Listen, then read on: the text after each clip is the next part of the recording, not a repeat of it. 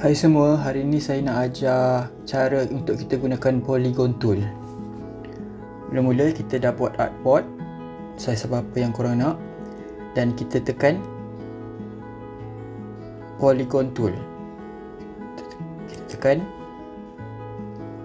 dan kita boleh create macam ni. Bila kita hold, dia kecil dan boleh besar lah saiznya. Yang dia bagi auto ni, dia bagi 6 side. So, kalau kita nak tambah side tu, kita tekan anak panah bawah atau atas. Kita tekan anak panah atas untuk tambah sisi dia, dan tekan anak panah bawah untuk kurangkan sisi dia.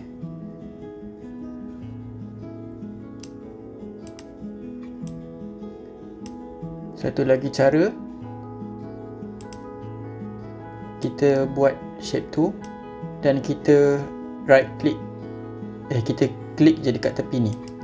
Nanti dia akan keluar pop up box macam ni, dan dia akan keluar radius dengan slide. So kita boleh type terus 3, nak jadi triangle, nak jadi 8. Kalau contoh kita buat 8, kita tekan OK, dan dia terus akan createkan yang 8 sisi.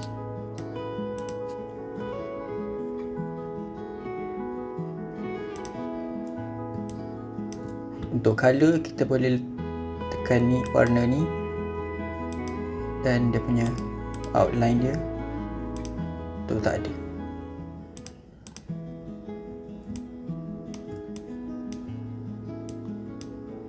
Sekarang kita cuba yang 3 sisi.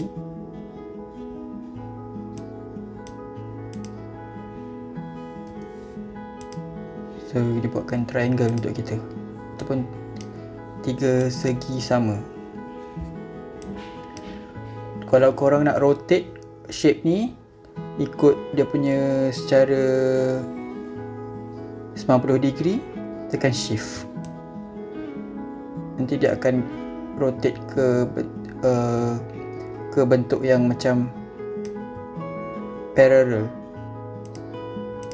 Kalau tak tekan shift,